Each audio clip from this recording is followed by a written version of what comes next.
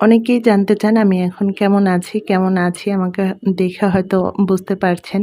মুখটা অনেকখানি ফোলা, চোখের চারপাশে এখনো ফুলে আছে। আর এই জায়গাগুলোতে হাত দিলে খুব ব্যথা করে। নাকটা অনেক ফুলে আছে, নাকের চারপাশে ব্যথা হয়ে আছে আরকি, হাত দেয়া যায় না। আর ব্যান্ডেজটা খোলার পরে আমি তো এখন পর্যন্ত মাথায় পানি বা মুখে পানির ঝাপটা দিয়ে মুখ ধোয়া এগুলো করতে পারছি না। যার কারণে একটু পরপর হাতটা ভিজিয়ে তারপরে মুখের চারপাশটা একটু মুছে নিই। আর এই জায়গাটাতে একদমই পানি লাগানো যাবে না। এই জায়গাটাতে দিনে ২ বার আপনাদের ভাইয়া একটা গজ কাপড়ের সঙ্গে একটু হেক্সিসল লাগিয়ে তারপর পরিষ্কার করে দেয়। তারপরে ব্যাট্রোসিন ক্রিমটা লাগিয়ে দেয়।